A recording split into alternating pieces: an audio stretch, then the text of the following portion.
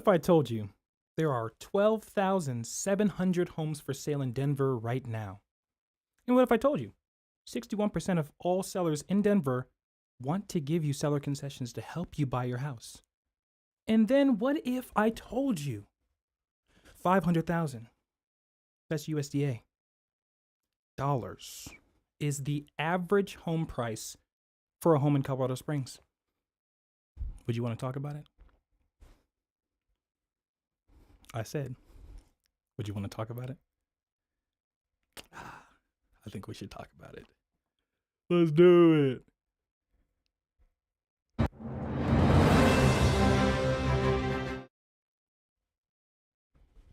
We're back. And we're black. How is the image quality before we get into it? It looks excelente. The image quality looks excelente. This is actually my third stream of the night because we could not figure it out. But like I said, did you know there are 12,700 homes right now for sale in Denver? Don't.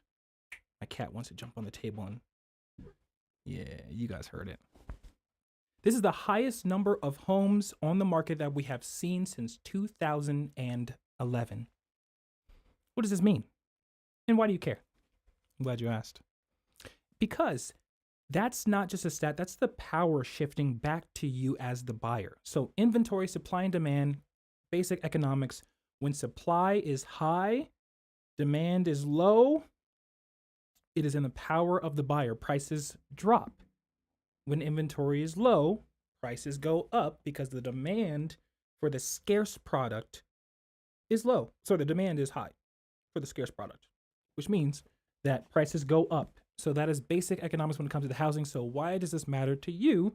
For the first time in over a decade, we are seeing homes sit on the market longer, giving buyers more options, less pressure, and room to negotiate.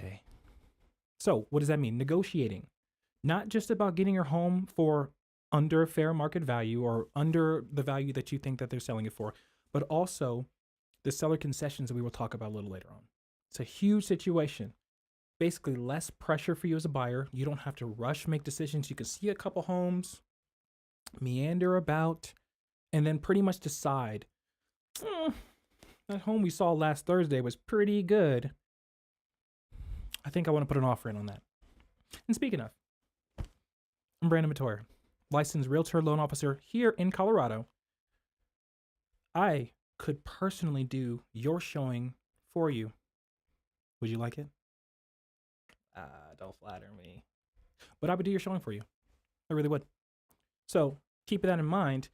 This isn't just Denver. It's across all the state of Colorado. Inventory is up nearly 71% over a year in some markets. The Colorado Association of Realtors is literally calling this a buyer power shift? A buyer power shift. Yes. Buyer power shift. So I cannot say that. Buyer power shift. Yes, it's going to be a great time. So if you've been waiting on the sidelines, if you have been waiting for your chance in the market, obviously most people are waiting for interest rates to go down.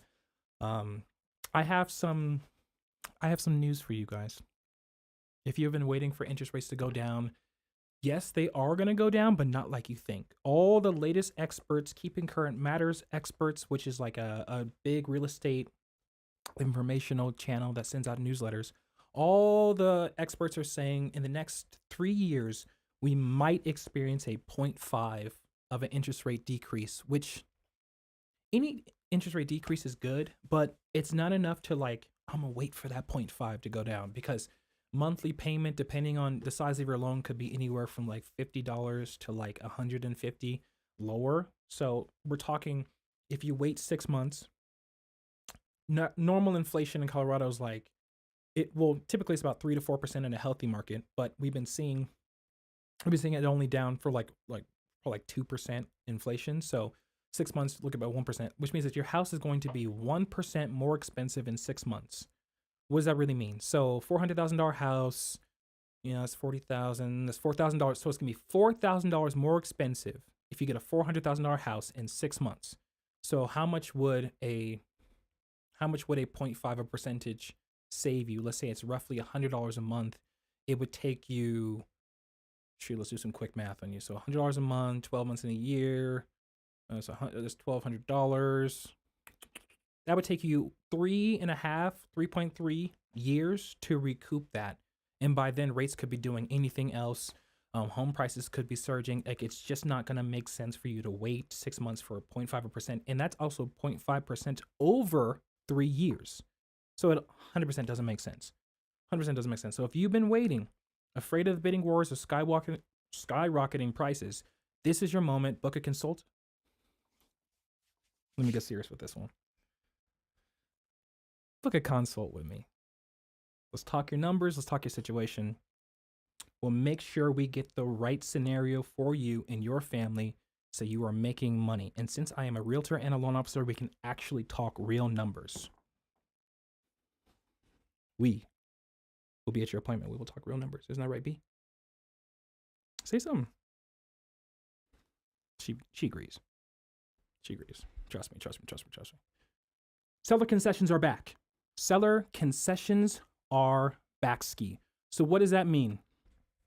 Over 61% of all homes sold on the market right now are offering seller concessions. What is seller concessions? Seller concessions is where you can ask for money back from the seller to help you buy your home. Seller concessions can be used in approximately 2 ways. There's some weird finessiness going on with a third way that you can use seller concessions. So I'm probably not going to say that. I might just allude to it later. So, I'm let you guys in on the secret.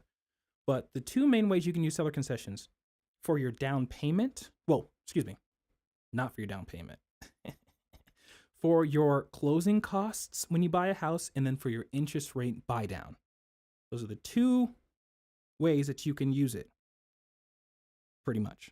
So seller concessions is like, let's say like I want to buy a home. The home is listed at $420,000, right? And I'm like, this home's been on the market like 30 days. No offers. What's going on? So the first step of what we typically do is we go, hey, seller, why is this home on the market so long? Why is this not sold? And they'll say, potentially if there's nothing wrong with the house, they'll say, well, it's just been sitting. I think maybe we have it priced too high or this.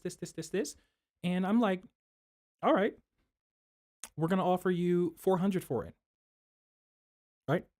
Save some money. They might say, well, sure, but how about we meet in the middle and you buy it for $410? And I'll say, okay, how about we list it or like show that we're buying it for $420? We get $10,000 back in seller concessions. So you, the seller, is netting $410. My buyer's getting $10,000 towards their closing costs or interest rate buy down, and everybody's happy. We know the home will appraise for $420, right, based off of comparables and doing a lot of research. Because another situation you want to get into is actually getting a home that, where you negotiate $420 and the house doesn't appraise for $420. So now either your buyers are stuck with coming to the table with more money, or the sellers are stuck with having to net less money than they wanted. So that's something to very much consider. But the 61% of homes right now for sale that include a seller concession is and they're all averaging about $11,000 in concessions, which, like I said, the scenario that I had was $10,000. The average is $11,000. So we're right in the pocket. We're right in the pocket on that one. So that's a total reversal from last year, which they say it's a reversal from last year. And keep in mind, this is like the expert's opinion. I've been, for the last 3 years straight, have been negotiating seller concessions on every single one of my deals. It doesn't matter what they say that the market is. If you have an expert negotiator, expert realtor, and a loan officer, and myself, who knows all sides of it, you can get concessions for your buyers, no matter what the market's talking about. So I wouldn't just listen to that right away.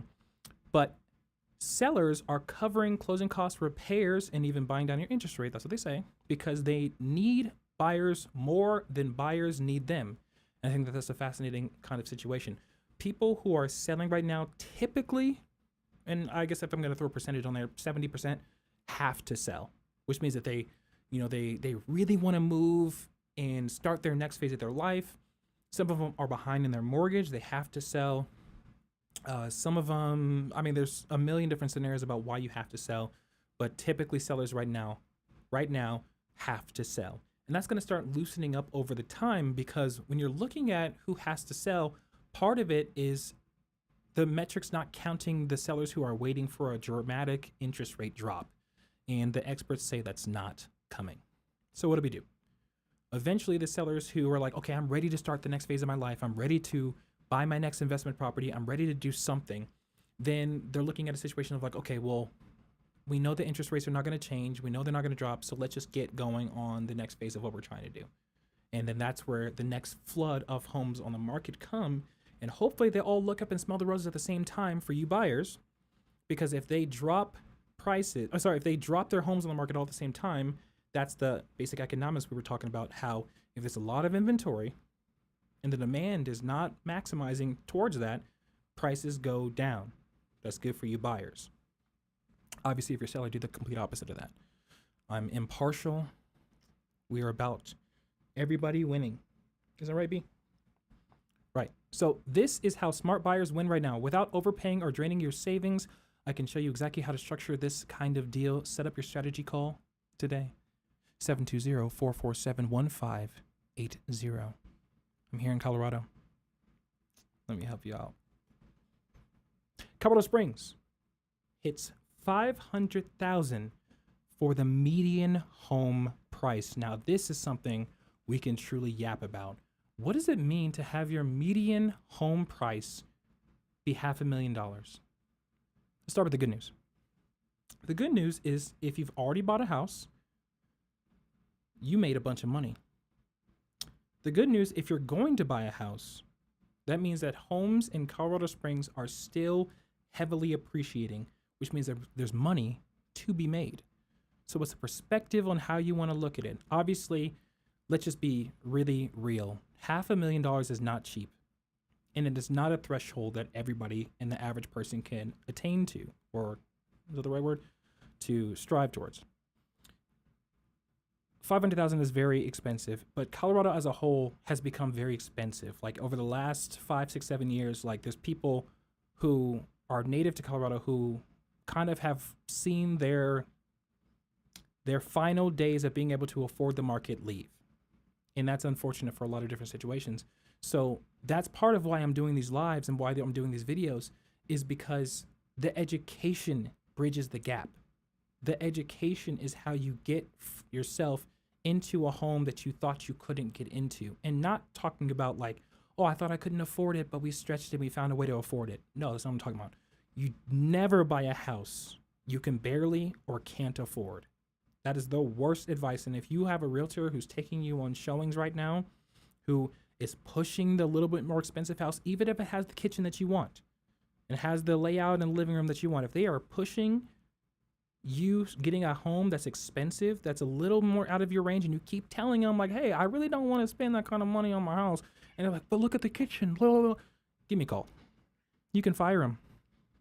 And the reason I'm saying that cutthroatly is because I've been fired. Not for that reason. I've been fired. It's the name of the game. It's the name of the game. I've been fired because they wanted to use a family friend realtor, and I was like, I can't compete with that. Even though I've already showed you a couple of houses. I guess you're free to go. So, in the nature of my get back, go ahead and get rid of your realtor and call me. But don't tell them I said that. Just say that you made an executive decision by this YouTube personality that you really, really like, and it gave you a lot of good information, and that's what it is. So, when we're dealing with this situation, home prices at $500,000 in Colorado Springs, that is a psychological shift in the market. What that means is now when buyers look at Colorado Springs, the whole psychology of what they're looking for changes. And this is for a fact, because when I was first like doing a lot of Colorado Springs work, Colorado Springs is like a steal. It was like, oh man, these are the up and coming houses. You know, it's not as far as Pueblo. It's next to military bases. There's a lot of shopping centers, and an amphitheater was going to be built out there. And I believe that they were trying to get some huge theaters and stuff out there before. And then home prices were still like $250 and $200. You can get a single family home for like $250, which Denver hasn't seen that in 15 years. So Colorado Springs is a steal. But now that the average home is $500,000, it's more like, okay, well, we tapped the gold market, and now things are expensive, right? So basically, when a market crosses that kind of threshold, it changes how people think. First-time homebuyers start to feel priced out. Sellers think that they've reached luxury status. This is a key. Focus on that. And investors see it as a sign the market is maturing. But here is like the real caveat of that. Colorado Springs is still short between 10,000 and 21,000 homes. So that kind of structural housing shortage keeps long-term pressure on prices. Long-term pressure on prices. Even if the market cools down short term, we're not headed for a crash. And everybody's waiting for a crash. I've been hearing about a crash for 15 years. When I was in high school, I was hearing about a market crash. In 2008, when I was in high school, the first year, it did crash. And since then, every year, people are like, well, I'm just going to go ahead and wait again for like the next crash. Like, I'm pretty sure it's coming soon. Like, so I'm gonna save some money. And then when the market crashes, I'll go ahead and get the house I've always wanted. And if you had did that, all those years back, you probably were saving $100,000, saving $200,000 to buy a house at $300,000. That was a 8-bedroom, 6-bath, 3-acre home. If you were trying to buy that same house today, you're in the millions. That's part of the nature of waiting for real estate. You think that your real estate agent is telling you that today's a good day to buy because they want to cash a check today. That's not true. A good day to buy is today because tomorrow is worse for you all the time. The only time it wasn't worse was during a crash. In the ways that we led up to a crash in the housing market is no longer the same situation that we're in. We are not in the same type of situation that's going to lead to a crash. And all the experts, not that I really care what all the experts are saying, in my personal research, understanding why it crashed, we're not leading towards the same thing. So keep that in mind. You do with that information as you please.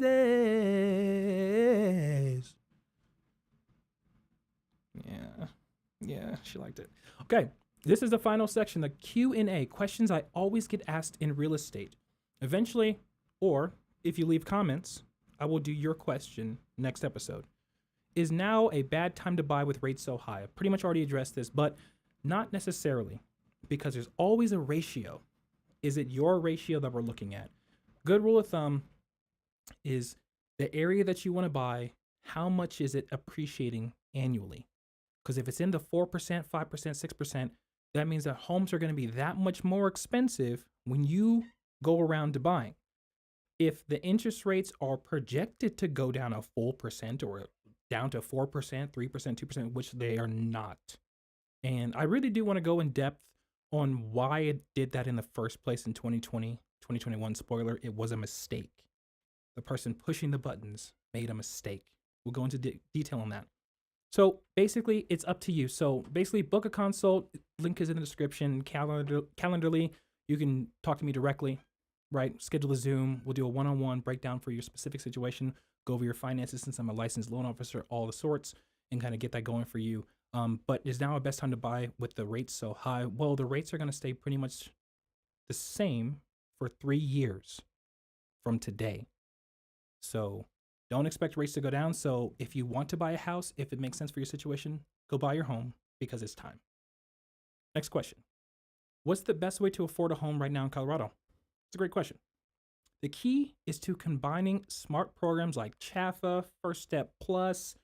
If you have a VA loan, we can talk for hours on that. I'm a VA loan specialist. I have options for you, right? Down payment assistance. There's CHAC as well.